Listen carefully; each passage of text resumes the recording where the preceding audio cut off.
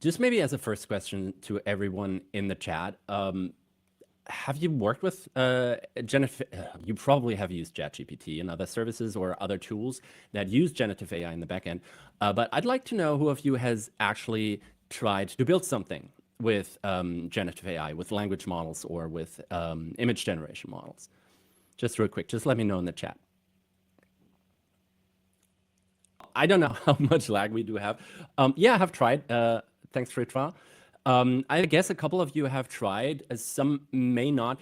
I'm going to go into a few things that I found out while working with generative AI myself, not only Bedrock on AWS, but also GPT and other services. And there are a couple of limitations in generative AI models that I want to talk about, and how we're able to overcome them with patterns that are currently actually just evolving in the industry. So let's go right ahead. Where's my... Here we go. All right, so your AI friend. Everybody, most people probably have this kind of friend who tends to know a lot of things. So when you play games like Trivial Pursuit or something else where it's about knowledge, they always have the answers. They always know everything. And sometimes they don't, but they still come across as if they would. They just start making things up and talking about them so convincingly that you're like, whoa, that isn't true. You know that, right? And the AI that we're working with, that is like this friend. So knows a lot of stuff, has been trained with a lot of material knowledge and everything, but sometimes they may not really know what they're talking about, but they still make stuff up in a very convincing way. And there are a couple of limitations like this. One of the important things as well is they don't have any persistent state. So this model knows all the data that's been trained on, but it doesn't remember any conversations with you. So if you send a message to the model, it responds. And if you send another message, it doesn't remember the first message and its first response, except you put an application on top of it, like ChatGPT, for instance. ChatGPT is not the model. GPT is the model, and ChatGPT is an application on top of that. It takes care of memory memorization, of conversation handling, and things like that. The second issue is very often, and we've seen that in a couple of models, you've got trained biases. That usually depends on the training data. So if the training data is biased, the model will be biased because it relies on the training data. So for instance, many early image generation models mostly used pictures of white male people. So whenever they were asked to create a picture of a person, they most of the time created pictures of white male people. And so many groups that already may be underrepresented have this bias has been amplified by these kinds of models. It's the same with text. If you feed it with a certain text that's available, for instance, there's a lot of research material from the United States, and maybe not so much research material from India or from Europe, where I come from. So the models will heavily bias towards research that has been made in the US, for instance. This can make it difficult because the biases that we just have, we amplify them through the model. So this is something that we have to deal with. I'm not going to show today how we do that, but there are certain ways of doing that as well. A third thing is data staleness. These models, you imagine training one of these models takes 2 to 3 months. And a lot of CPU or GPU power. It's very expensive, and you first need to get all the data that you want to train the model with. So you will have a cutoff point. Anything that happened after that, any publications from after that cutoff point are not part of what the model has been trained on. And this becomes very important when you use a model inside of your corporate environment, where you maybe want to train it with your own sales data or your customer data, but you don't have the latest data. You only have the data until a certain cutoff point.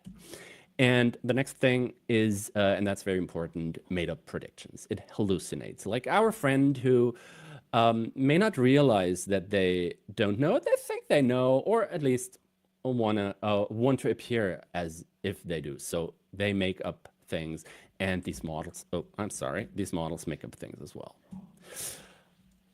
But to understand why that happens and to understand how we can work around that, I'm going to talk about, I'm going to show you how language models specifically and some multimodal models work.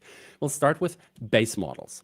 If you ask a base model, like the capital of France is, it's just going to return Paris. It's completing the sentence. It's making a prediction, which is what is the most likely next word in this sentence? That's what the base models do. And on top of these base models, once they're trained, what usually happens is what's called instruction tuning.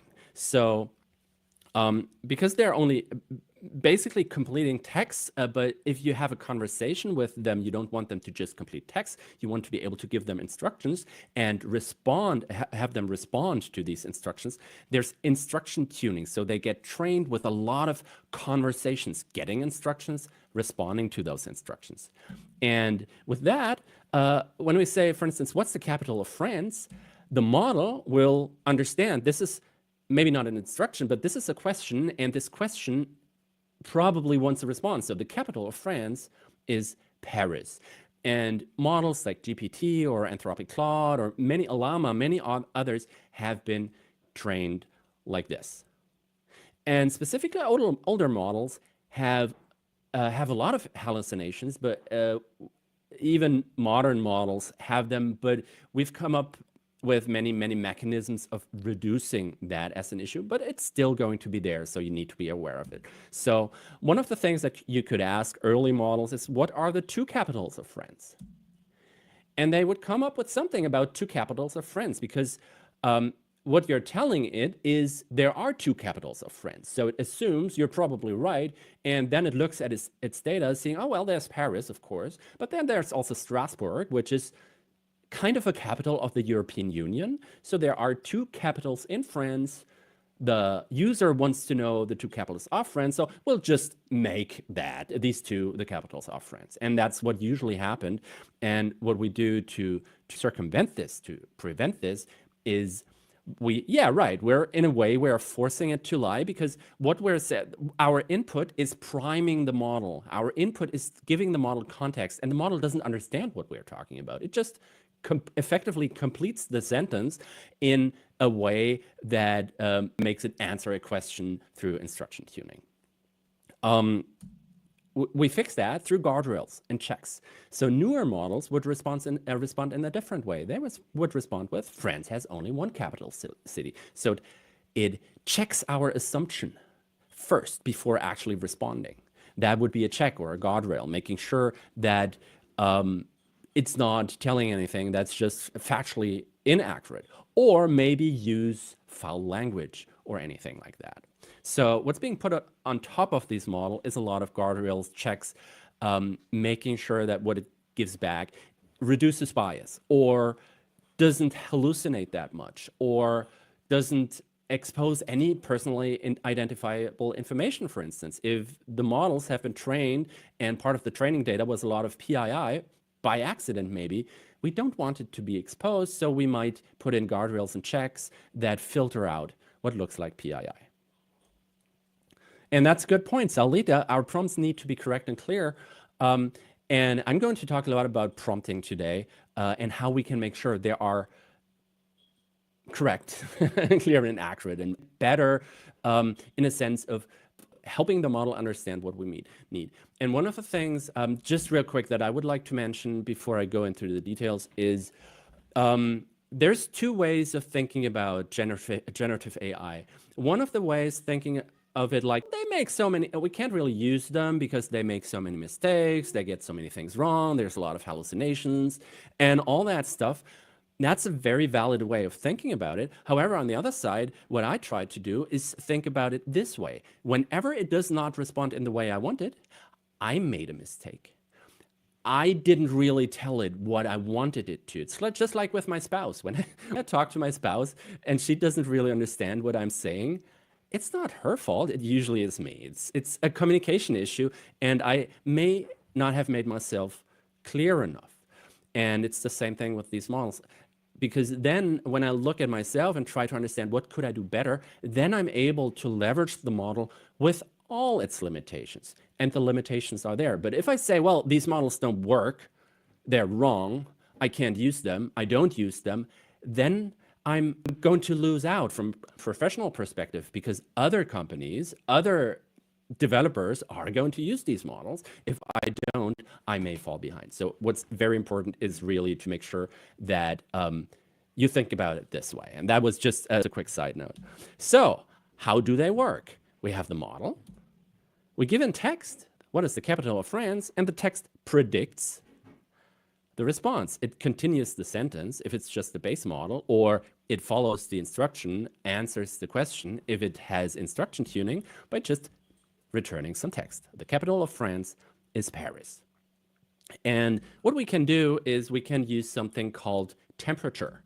If you apply temperature, or you set the temperature of the model, you change the randomness, you change the creativity. The baseline is 0. So with 0, it's mostly deterministic. It's not actually deterministic. It's still a stochastical model. It's working with probabilities, but it doesn't go too far off track. But if you turn up the temperature, you effectively tell it, you broaden the number of possible next words in a prediction, and the higher the temperature, the higher the creativity. So if you wanted to use it for programming or for outputting structured data, you would set the temperature quite low. But if you want to use it for creative writing, to come up with ideas, for brainstorming, you might want to turn the temperature up. And with a higher temperature, well, that was wrong. With a higher temperature, it may respond to what is the capital of France with, oh, it's Paris, such a beautiful city. And that's what you do with temperature and other parameters like top K and top P. I'm not going to go into them that much. I think temperature for a start is a very good point to experiment with. So the thing is, these models, they do not really understand language. They do not really use words. They are mathematical models. They are probabilistic. They're a cloud. They're a big cloud of numbers. And these numbers are called embeddings. So every text somehow needs to be translated into numbers. And also the output is going to be numbers, which is then again turned into text. And these embeddings, they can be any type of data. Could be images, could be video, could be text, could be audio, could be anything which is converted into numbers so that the model is able to understand. I'm using that term. The model doesn't really understand anything, but I'm using that term to understand what you're putting into it. And these things could be the text could be, for instance, two things like coffee and milk. And coffee and milk are somewhat related. Both are liquids. Both are something that people can drink. And the model does not know what coffee is. It also doesn't know what milk is, but it does know that coffee and milk are somewhat related. They are pretty close to each other. And this is how the model understands relationships between words. We may have another word like cappuccino. Cappuccino is also a liquid, which many people drink. And it's closer to coffee than milk. And it's also closer to milk than coffee. Actually, it sits somewhere in between because it's about likely related to both of those. So the model is able to understand cappuccino sits in between these two. That may mean that you can make cappuccino out of coffee and milk. That could be an inference that the model could now make. And if we turn that into numbers, we effectively turn that into vectors. And now we're looking at a two-dimensional space with an x and a y-axis, and every word is somewhere in this two-dimensional space, and the positions, the coordinates are the vectors of these models. So coffee would be 3.5, cappuccino 4, 3, milk 5, 2. And using the x and y coordinates, we can see whether they're closer together or whether they're further apart. But the thing is that relationships between words, you cannot just map relationships between words on a two-dimensional space. In German, we have the word Mutter, which is used in two contexts. First being mother, like my mother, the person who brought me into the world, but it's also used as a nut which you put on bolts or screws. And if you would move it close to mother close to person or family, and would move it close to tools at the same time, the model might infer that people or family and tools are closely related as well. So to avoid that, we need another dimension. So we have one dimension which shows the closeness to family, and another dimension which may show the closeness to tools, but actually tools and family would be very far apart in that other dimension. So what we actually do is we use many dimensions. Most of the time, we use hundreds, sometimes thousands of dimensions. So every word or token, I'm using that interchangeably here. Don't worry too much about it. It's not technically accurate. Many words consist of multiple tokens, but I'm using it just like this. Every word has, in a 1024 dimensional space, has 1024 numbers, and words can be related to each other using all these numbers that they have. And that's how these models understand what is close to each other and what's not so close to each other. It still does not understand what these words mean, as it has no concept of meaning. It only has concept of closeness to each other. So what we put in is a bunch of numbers. And what we get out is a bunch of numbers. And what we have in front of the model and on the other side is a so-called tokenizer and detokenizer, which turns the text into tokens and which turns the response tokens into text again. And these tokens can be anything. They can be images, they can be sound, they can be videos, they can be all kind of stuff. And multimodal models have been trained with a lot of input material, which has been turned into these embeddings, into tokens. And maybe an image has annotations telling in text what's in this image, or a video in text what's in this video. And so the embeddings represent, again, closeness of an image of a person with the word person. And this is how they effectively work. One of the things that's really important, and I mentioned that before, is that models have no memory. They are trained on a certain set of data, and that's it. So whenever you invoke a model, you wake it up, it gets the input, tokenizes the input, looks what's close to it, predicts output, and that output goes back to the calling application, and the model just shuts down again. It doesn't remember the interaction.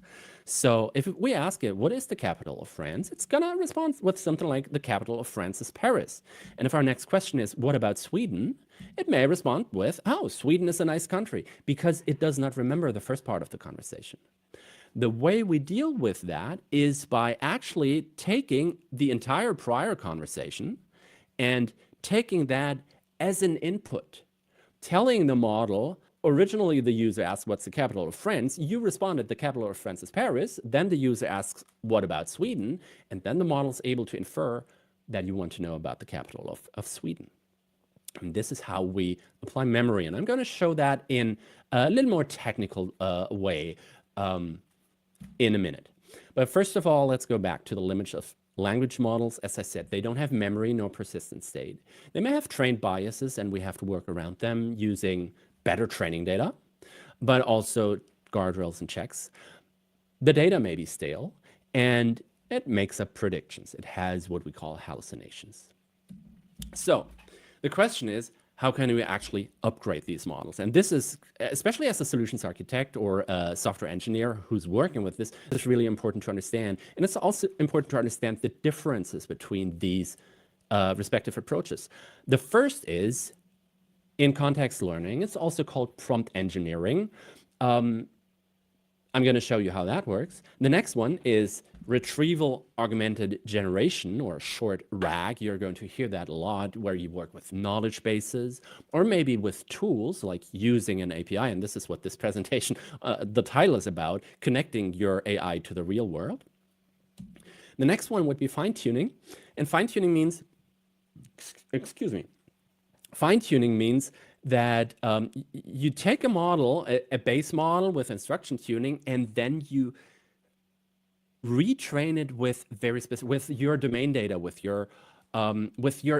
whatever you needed to know. But fine-tuning means that the model loses a lot of its generic capabilities and it becomes very specialized into what it's being fine-tuned on. And fine-tuning takes a lot of time, and it's really hard because the data you use needs to have you need to have really good data quality, because whatever you train into the model, it's in there. You don't get it out anymore. And one of the important things is, especially if you use customer data, if you want to train the model with your actual customer data as a company, you're never getting that out again. And this is especially in the EU and the European Union, this can be a severe issue. I don't know about other places like India or the United States, but here we have the GDPR, the General Data Protection Regulation, which says that a person has a right to be forgotten. So I could go to any company that stored any data about myself and legally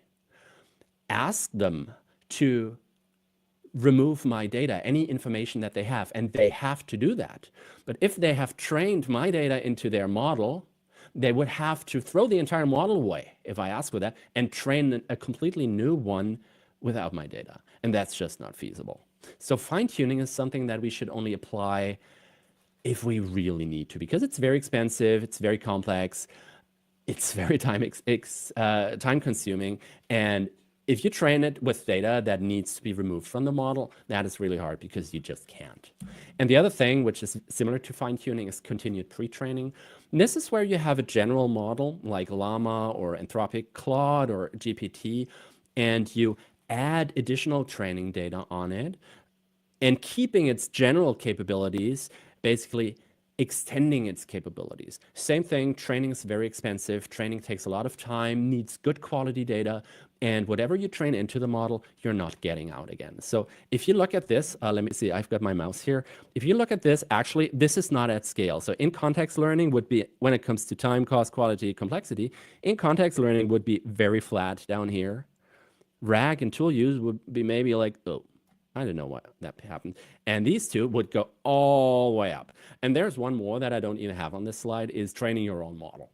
Training your own model is the most expensive thing you can do. And if you're not OpenAI or Anthropic or Amazon or any one of the other big companies who specialize in that, you maybe shouldn't. All right, I hope that makes sense. Let's go to in-context learning, the first one, the easiest one, which is also known as prompt engineering. If we look at basic prompting, in terms of code, all we do, and this is actual Python code that you use if you use Amazon Bedrock, you create a client, a Bedrock runtime client, in the region that you want to use, and then you have the prompt. The prompt is just the user input. I'm going to Las Vegas. I'm flying on next Saturday, so a week from now, I'm going to fly to Las Vegas for reInvent. I'm really excited about it. But actually, all I heard is it's in, I've never been, so I heard it's in the middle of the desert. Right now, we have snow outside. It snowed today for the first time this year, which is really nice. My kids love it. They made their first snow, what's it called, snowman? And they really like it, but that's German weather. I heard Las Vegas is in the desert. I don't know, is it hot? Is it not? Is it cold? I have no idea. Would it be a good time to visit Las Vegas this month? And what I do is I create a messages array, a list of messages, which contains a message, which is user, me, and it contains the prompt. I don't know why these things are happening. Never mind about them. So every message can be from a user or the assistant, so it could be the response, and it contains content, which could be a text or an image or video or audio or anything. So I just add my prompt, and I send it to the Amazon Bedrock Converse API. In this case, I want to use Anthropic Claude 3 Haiku, which is a good enough model. I don't need to use any more expensive model because I would assume that Haiku usually knows the weather in Las Vegas, what it usually is like. And then I get the response, and I just get the text from the actual response from the model. And that might look like this. June can be a decent time to visit Las Vegas if you don't mind the heat. The thing is, it's November. And it's going to be December. It's not June right now. So it does not understand. I told it this month, but how does the model know what this month actually is? And that's where we add some context. I could just tell it as part of the prompt, but then I might have to tell it every time. or if I create a chatbot or any application that somebody else is going to use, they would have to know that they have to add the date to anything where they want to know anything about the date. So what I can do as an application developer is add a system prompt. So with anything that's being sent to the model, I may add, actually, by the way, today's date is today, and also your travel assistant, and send this as part of a system message. So I'm telling the model whenever I'm invoking it with the actual user message, I'm telling the model, by the way, the actual date is today, and you are a travel assistant. So in the system prompt, I'm able to prime the model, to tell the model which role it needs to play, the information it needs to know to be able to accurately respond to any inquiries. And in this case, it might respond with, well, November, because that would contain today's date is, what is it, November 23rd in 2024. So it knows the date. It knows the question about this month, so it understands, again, through the relationship between the tokens that it has in its training data. It understands, well, the user probably asking about November. And November can be a good time because it's milder weather, smaller crowds, as long as you don't go during Thanksgiving, which is this week. So luckily I'm flying on Saturday, Thanksgiving is on Thursday, and maybe at least part of the crowd may have gone by then. So we have the system prompt. But we talked about another thing before, like conversations. How do we tell the model, how do we let the model know what we already talked about? And this is by, when we go through the schema that we had before, so we input something into the model responds with something, and we feed back the response into the input. So we create a conversation history that gets larger and larger. With every invocation, it just appends what we asked, what the model responded, and our next questions. So the conversation history is always growing, and that's why in code, we have a messages list or array, which then consists of my original user message, the response from the model, my next user message, and in this case, the system prompt may have told the model, you're a travel assistant, and to help your users better, you may want to ask some questions to understand what they like to do. So your first response might be, well, what type of activities do you like? So that the customer can then respond with, I like outdoor activities, or I like concerts, so that the actual response is better fits the actual user and it's just not generic. And we just sent this messages array to the API, and also the system prompt and the temperature and the model idea. And the response would be, well, great, November can be an excellent time to visit Las Vegas because the mild weather is ideal for outdoor activities. And this is how we get the model to give good responses, taking data information into account, understanding whether it may actually first ask the user something, because it may need more information to give a more specific and less generic response, or that it may need external information like what time is it, or what date is it today. And this is how prompt engineering in context learning works. And this is, I think it's a science in itself, and every model responds slightly different.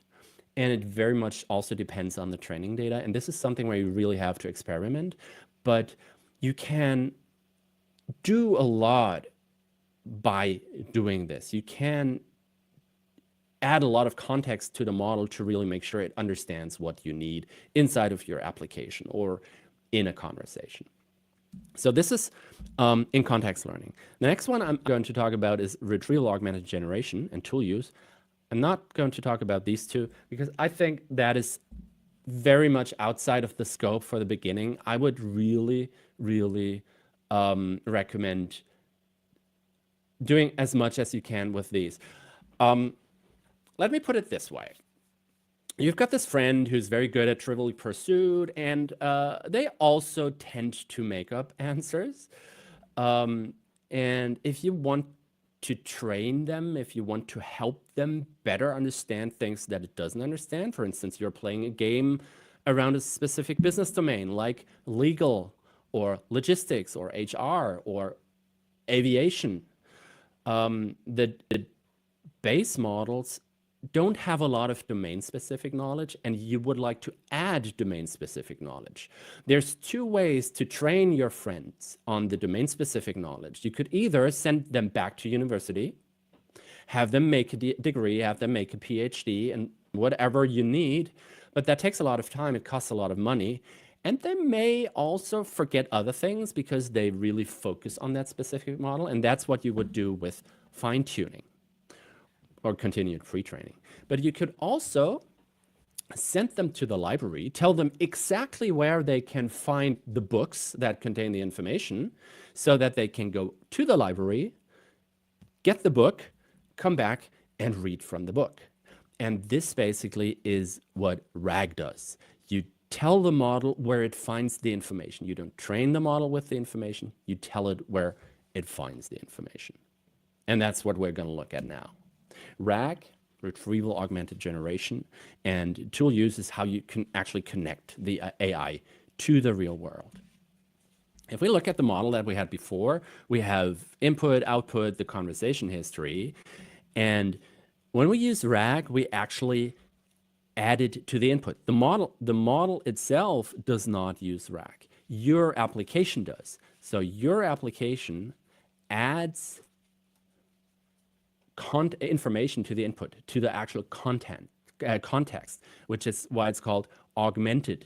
You augment by adding it to the context, and you retrieve it from somewhere.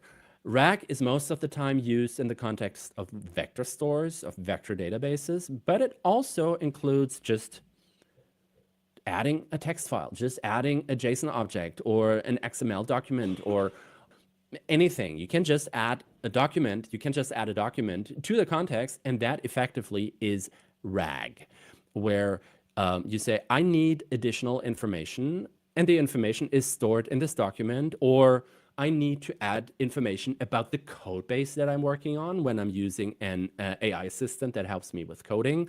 I'm just adding my code base to the context. Can become quite expensive because the larger the context, the more tokens you have, and you usually pay by the token because the more tokens you have, the more GPU time is needed to actually use and work with the information. But there are also mechanisms and ways to compress the context by, for instance, summarizing specific information. But let's just say we have a text file. In this case, we have a file that has travel info. It's a JSON file, it's structured travel info, and what we just say is we store all the data from that file in a variable called context. And we augment the prompt by saying, based on the following information, answer the user's question. And here's the information. And we just add the context to information. And we add the user prompt, which is is this month a good time to go to Las Vegas? We add it to this, and I'm using XML here. That's a specific preference of Anthropic models because they're trained a lot with XML tags. Other models have other preferences. So it's really helpful to learn about the specific models and how they've been trained. So what's the best way to provide them with the information they need? And for Anthropic models right now, it's XML tags. I'm calling Haiku, and I'm actually sending it the augmented prompt, which includes the context, and it includes the user prompt. And it also includes the system prompt, which contains today's date. And the response in that case could be, based on the info provided, the weather in Las Vegas during the winter months is mild, with an average of 20 degrees Celsius, which is stored in the travel data JSON. And therefore, November, it knows November because it has the system prompt with the current date, would be a good time to visit the city. So I'm augmenting the prompt with specific data. And depending on what is actually being asked for, I could use different information and inject it into the context. And this can be done with just files, just pieces of text or JSON or XML data or CSVs or anything. any kind of structured or maybe even unstructured data. Very often you use a semantic database, you use a vector store where your data is actually also stored as embeddings. So it's vectorized, just like it's being done up here.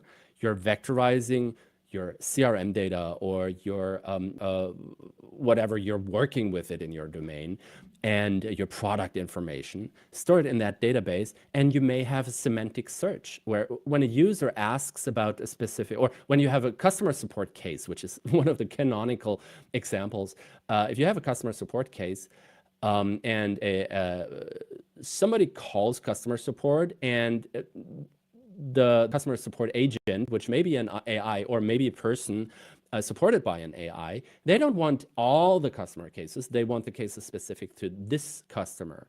So what they can do is basically send a search request to a vector store, and the vector store may just return the data that's actually related to that specific customer. And this is what you usually do with semantic databases, what you do with vector stores. You basically take your actual database or data sources and vectorize the data and store it in the vector store. And whenever something changes, you can just vectorize the div and add it to your vector store. So you always have the most current information. The most current user information or most current product information in a catalog or whatever you need. So this is how you would use RAG. You can connect RAG to many different stores and can build an AI-based system that connects to the different stores depending on what the actual use case is, and just get the information that it needs in real time from effectively the real world. And another thing is you can not just use RAG, you can also use tools. You can let the model know that there are certain tools that it can use to get the information it needs, or to apply an action, to call an API, to do something with the real world. That could be using read or write APIs, could be accessing databases, sending a SQL request to an actual existing database. To retrieve information, or maybe even modify information in the database. Could be SQL, could be NoSQL. That could be a web search. Could actually browse the internet to get the information and again augment the context with that information. It could be index content, Wikipedia, your own data. It could be internal systems like CRMs or the emails or your Slack history. And this is how you basically can connect the AI to the real world by using RAG and using external tools to connect with APIs, databases, or anything else. And I've got one more example. This is what tool use would look like with Amazon Bedrock. You basically, in addition to the messages and the system prompt and the temperature and everything, you give it a tool config. You tell it you have tools available, and one of those tools is the weather tool. This get spec, in this case, it's just a method I added that returns an a API schema object, which is JSON, which describes the API, tells what does this tool do, what are the parameters, which ones are required, what are the data types, maybe also what does it return. So I give the model the information that it has this tool available, and through the API schema, I tell it how to use this tool. And the model, if it understands tool use, which Claude does, which GPT does, and most modern models actually do, it will send a response, and the response will not be an actual response to the user. It may actually contain a tool use object.